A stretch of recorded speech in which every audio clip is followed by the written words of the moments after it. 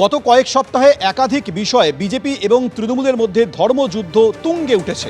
এই আবহে আগামী সোমবার ফুরফুরা শরীফ যাচ্ছেন মুখ্যমন্ত্রী মমতা বন্দ্যোপাধ্যায়। সেখানে পীরজাদাদের সঙ্গে বৈঠক করবেন মুখ্যমন্ত্রী, বৈঠক করতে পারেন। আগেই ফুরফুরা শরীফ নিয়ে উন্নয়ন পর্ষদ গঠন করেছে রাজ্য সরকার।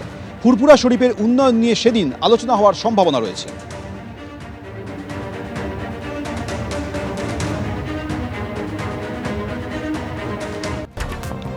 আগামী বিধানসভা নির্বাচনে বিজেপির মূল হাতিয়ার কি হতে চলেছে হিন্দুত্ব, এই প্রশ্ন উঠছে। তার কারণ বারবার শুভেন্দু অধিকারী হিন্দুদের পাশে দাঁড়ানো থেকে নন্দীগ্রামে রাম মন্দির তৈরির ঘোষণা কিংবা রামনবমীতে 1 কোটি হিন্দুকে রাস্তায় নামার যে আবেদন রেখেছে বিজেপি নেতৃত্ব, সেখান থেকে হিন্দুত্বের বার্তা স্পষ্ট, যদিও এতে গুরুত্ব দিতে নারাজ তৃণমূল।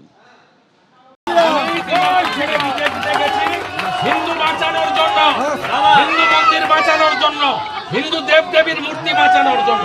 বিরোধী দলনেতার হুঙ্কার থেকে শুরু করে বিভিন্ন জেলায় বিজেপির দেওয়াল লিখন, নবনির্বাচিত বিজেপির জেলা সভাপতিদের বার্তা, এই সবকিছুই পরিষ্কার করে দিচ্ছে যে 2026-এর বিধানসভা ভোটে বঙ্গ বিজেপির অন্যতম ট্রাম্প কার্ড হতে চলেছে হিন্দুত্ববাদ।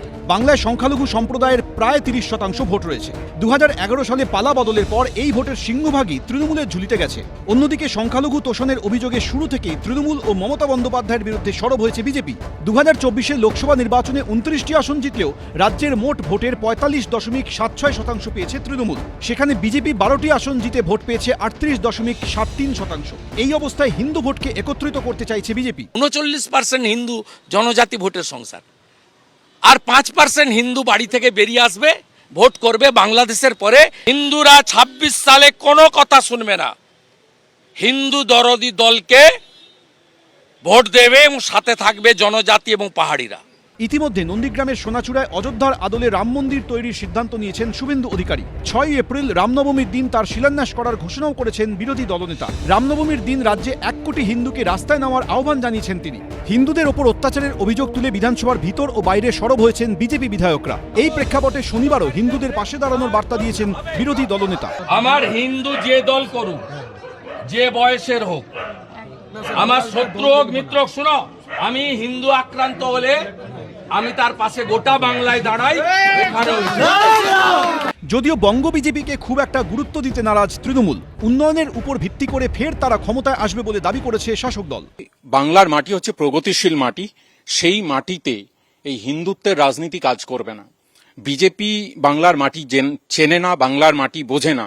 ধর্মীয় মেরুকরণ দিয়ে যদি ভাবেন যে বাংলা দখল করবেন, তারা ভুল ভাবছেন। এই বাংলার মাটি, দুর্জয় ঘাঁটি, এই মাটিকে শুভেন্দুবাবু যে স্টাইলে দখল করার কথা ভাবছেন, সেটা বাংলার মানুষের সঙ্গে সম্পৃক্ত নয়। মুর্শিদাবাদের বেলডাঙ্গা ভারত সেবাশ্রম সংঘের প্রধান আবার শুভেন্দু অধিকারীর পাশে দাঁড়িয়েছেন। শুভেন্দুবাবু তাই কথা বলেছেন এবং এটা তার রাজনীতির তারা দূরদর্শী সম্পন্ন মানুষ, তারা চিন্তা ভাবনা করেই বলেছেন। হিন্দুর স্বার্থে যারা আমার হিন্দু সমাজের কথা, যারা আমার হিন্দু ধর্মের কথা, যারা ভারতবর্ষের কথা বলবেন, তাদের পাশে আমি আছি এবং থাকব।